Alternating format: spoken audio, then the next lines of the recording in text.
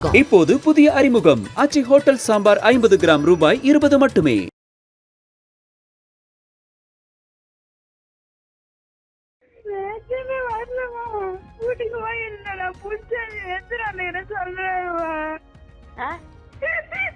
நல்லவங்க தானே பெத்தவங்களுக்கு போன் பண்ணி வர வச்சு கேட்க தானே பாராத்திரிக்கு போய் சண்டை போட்டு கிடக்குதே.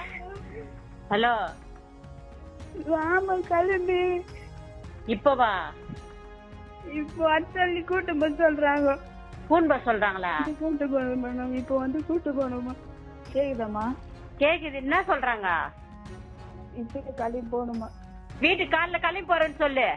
இன்னத்துல கிளம்பி போக முடியாது. கேப் புக் பண்ணி போறேன்.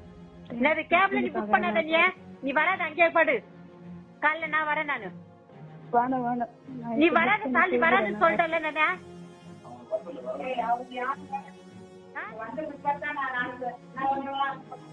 அனுப்புற போய் தானே அனுப்பத்தானே. எல்லாத்துக்கு நான் வந்துட்டு சொல்றேன்.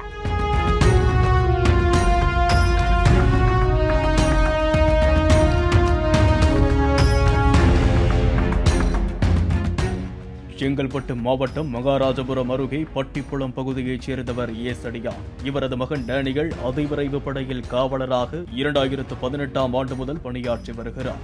இவரும் ஸ்ரீபெரும்புதூர் பகுதியைச் சேர்ந்த ஷாலினி என்பவரும் காதலித்து வந்தனர். ஷாலினியை காதலிப்பதாக கூறி ஊர் சுற்றிவிட்டு திருமணம் செய்து கொள்ள மறுத்து வந்ததாக கூறப்படுகிறது.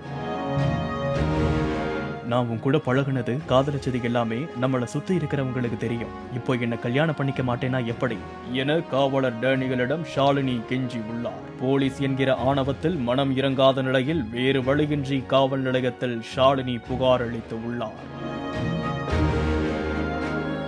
புகாரின் அடிப்படையில் விசாரணை மேற்கொண்ட போலீசார் டேனியலிடம் விசாரணை நடத்தி, காவல்துறையில் பணியாற்றுகிறாய், காவல் பணியில் நீ மேலும் முன்னேறுவதற்கு இந்த வழக்கு தடையாகிவிடும் என அறிவுரை கூறி உள்ளனர். இதனைத் தொடர்ந்து ஷாலினி மற்றும் டேனியல் இருவருக்கும் பெசன்ட் நகர் தேவாலயத்தில் டிசம்பர் 24ஆம் தேதி திருமணம் நடந்து உள்ளது.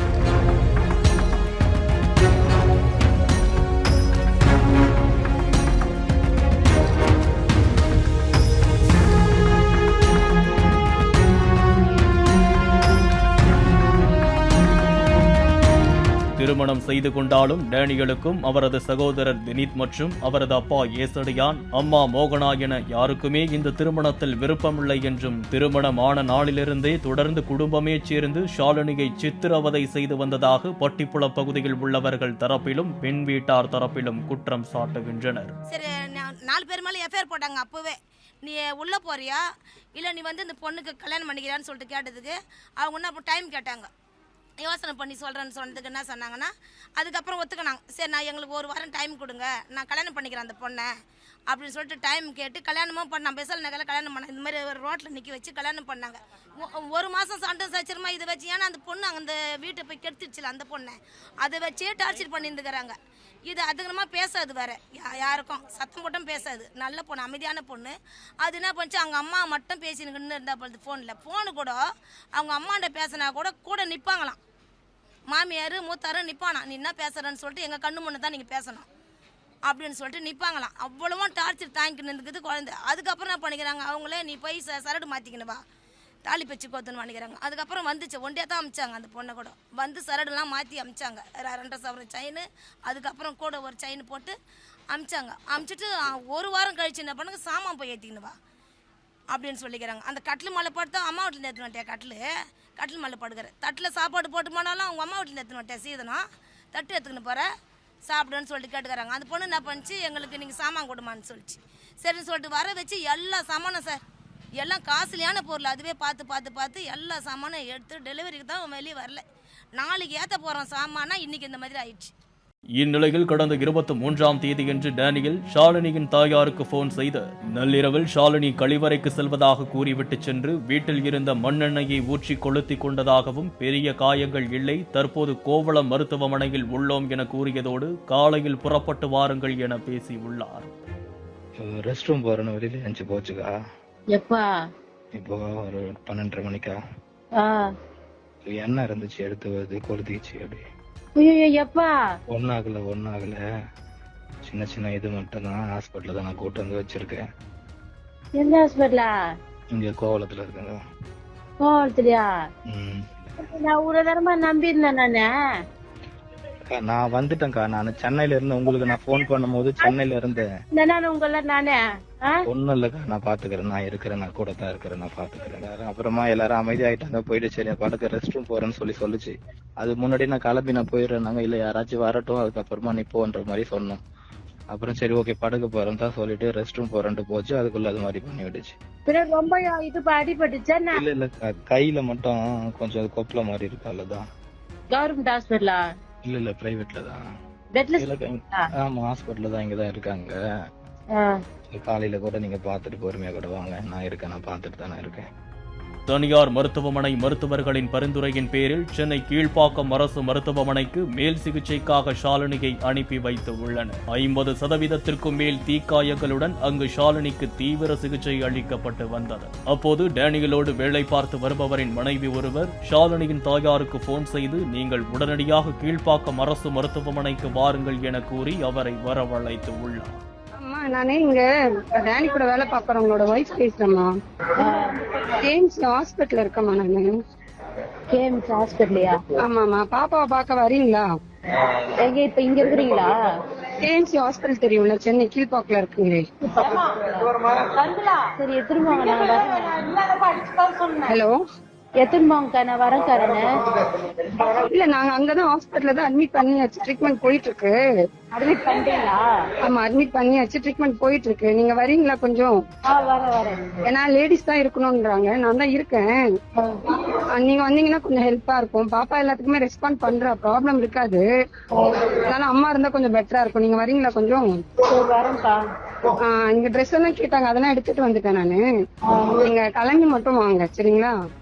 தலை முதல் பாதம் வரை உடல் முழுவதும் தீக்காயங்கள் ஏற்பட்டதால் ஷாலினிக்கு மொட்டையடிக்கப்பட்டது. ஷாலினியின் தலையில் கட்டையால் தாக்கியதற்கான தழும்பு இருந்ததாகவும் கூறப்பட்டது. ஷாலினிக்கு பேச்சு வராததால் விசாரணையில் தொய்வு ஏற்பட்டதாக போலீசார் தெரிவித்து உள்ளனர். மகளுக்கு பெரிய காயம் இல்லை என நம்பி மருத்துவமனைக்கு வந்த ஷாலினியின் தாயார் இதனையெல்லாம் அறிந்து அதிர்ச்சி அடைந்து உள்ளார். இங்கதான் சார் ஒரு வாரமா இருந்தா சார் அந்த பொண்ணு கூட ஹாஸ்பிட்டல்ல இருந்தா சார். உயிர் விடுறப்ப எனக்கே தெரியல. அவன் எப்பவுமே வெளியே வந்து எனக்கு கால் பண்ணுவான். ஆனா அன்னைக்குன்னு பார்த்தா அவன் கால் பண்ணல, ஆளே காணா.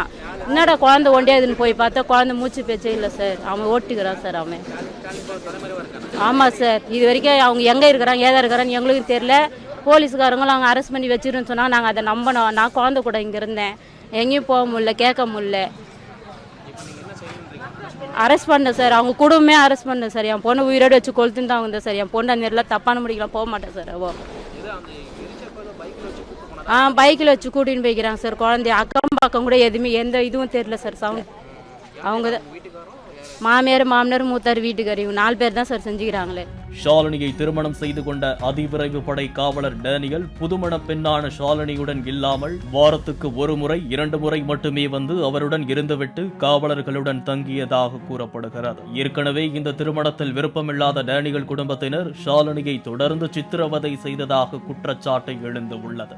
மேலும் நள்ளிரவில் அழுது கொண்டே ஷாலினி தனது தாயாருக்கு போன் செய்து இவர்கள் என்னை இப்போதே வீட்டை விட்டு செல்லுமாறு சொல்கிறார்கள் என தெரிவித்து உள்ளார். அதற்கு ஷாலினியின் தாய் இப்போது எப்படி வர முடியும், இரவு அங்கு தங்கு, நான் காலையில் வந்து அழைத்து செல்கிறேன் என்று பேசிய ஆடியோவும் வெளியாகி உள்ளது.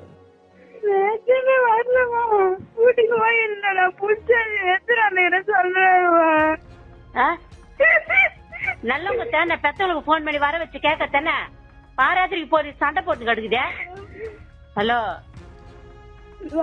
கிளம்பி இப்பவா?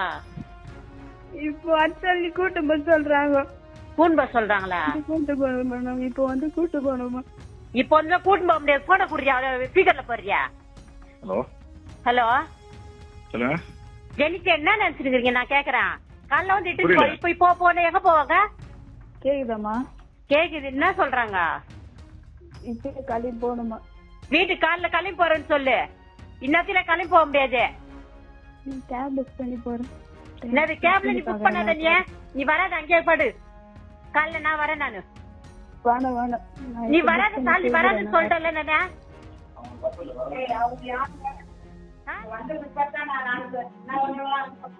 அனுப்புறமா இரு. போய் தான் அனுப்பத்தானே. என்னத்துக்கு நான் வந்துட்டு சொல்றேன்? மேலும் எங்கள் குடும்பத்தையே காவல் நிலைய வாசலுக்கு அழைத்து சென்று விட்டாய் என கூறி ஷாலினியை டேனியல் குடும்பத்தார் சித்திரவதை செய்ததாகவும் நகை பணம் என வரதட்சணை கேட்டு தொல்லை கொடுத்ததாகவும் ஷாலினியின் குடும்பத்தார் புகாரில் தெரிவித்துள்ளனர். எஃப்ஐஆர் வந்து சண்டை கேஸ்ன்னு தான் போட்டிருக்காங்க. சண்டை கேஸ்ன்னு தான் போட்டிருக்காங்க. டவுரி இஷ்யூன்ட்டு எந்த எஃப்ஐஆரும் போடல. போலீஸ்காரங்களும் வந்து என்ன இஷ்யூ எதுவுமே அவங்களுக்கு இன்னும் தெரியாது. ஒரு வாரமா அவனுக்கு தான் சப்போர்ட். ஒரு வாரம் ஆகுது. அவ போன வாரம் திங்கட்கிழமை நடந்த கதை, இந்த வாரம் செவ்வாய்க்கிழமை தான் அவ உயிர் விட்டுருக்கா. போலீஸ்காரங்களும் வந்து இன்னாச்சு ஏதாச்சு எதுவுமே அவங்க கேட்கல. அவ உயிரோட இருக்க வரைக்கும் கூட வாக்குமூலம் எதுவுமே எடுக்கல. போலீஸ்காரங்க என்னன்னு கேட்கல. போலீஸ்காரன்னு சொல்லிட்டு அவங்க எதுவுமே கேட்கலையா என்னன்றது தெரியல. அவர் இறந்த உடனே அவர் ஓடிட்டாரு. அவங்க ஹஸ்பண்ட் வந்து ஓடிட்டாரு. இது வரைக்கும் அவரை பிடிக்கல. அவ செத்து 3 நாள் ஆகுது. இன்ன வரைக்கும் அவரை பிடிக்கல. ஏன் பிடிக்கல? எஃப்ஐஆர் தான் போட்டிருக்கீங்க. அவ இறந்துட்டா, நீங்க ஏன் பிடிக்காம இருக்கீங்க? இன்னும் அவளுக்கு ஒரு நியாயம் வேணும். போன செவ்வாய்க்கிழமையிலேருந்து இங்க இருந்திருக்கா. இந்த செவ்வாய்க்கிழமை தான் அவ இறந்திருக்கா. முதலில் சந்தேக மரணம் என்ற சட்டப்பிரிவில் போலீசார் வழக்கு பதிவு செய்த நிலையில் உயிரிழந்த நிலையில் டேனியல் மற்றும் தாய் தந்தையர் மீது பெண் வன்கொடுமை மற்றும் வரதட்சணை கொடுமை உள்ளிட்ட பிரிவுகளின் கீழ் வழக்கு பதிவு செய்தனர். காதலித்து திருமணம் செய்த புதுமண பெண் 2 மாதத்தில் உயிரை மாய்த்து கொண்ட சம்பவம் பெரும் அதிர்ச்சியை ஏற்படுத்தியுள்ளது. பாலிமர் செய்திகளுக்காக செய்தியாளர் கதிரவன். இப்போது புதிய அறிமுகம் ஆச்சி ஹோட்டல் சாம்பார் 50 கிராம் ரூபாய் 20 மட்டுமே. பிளே ஸ்டோர் மற்றும் ஆப் ஸ்டோரில் இருந்து பாலிமர் செயலியை QR கோடு மூலம் பதிவிறக்கம் செய்யுங்கள். செய்திகளை உடனுக்குடன் பெறுங்கள்.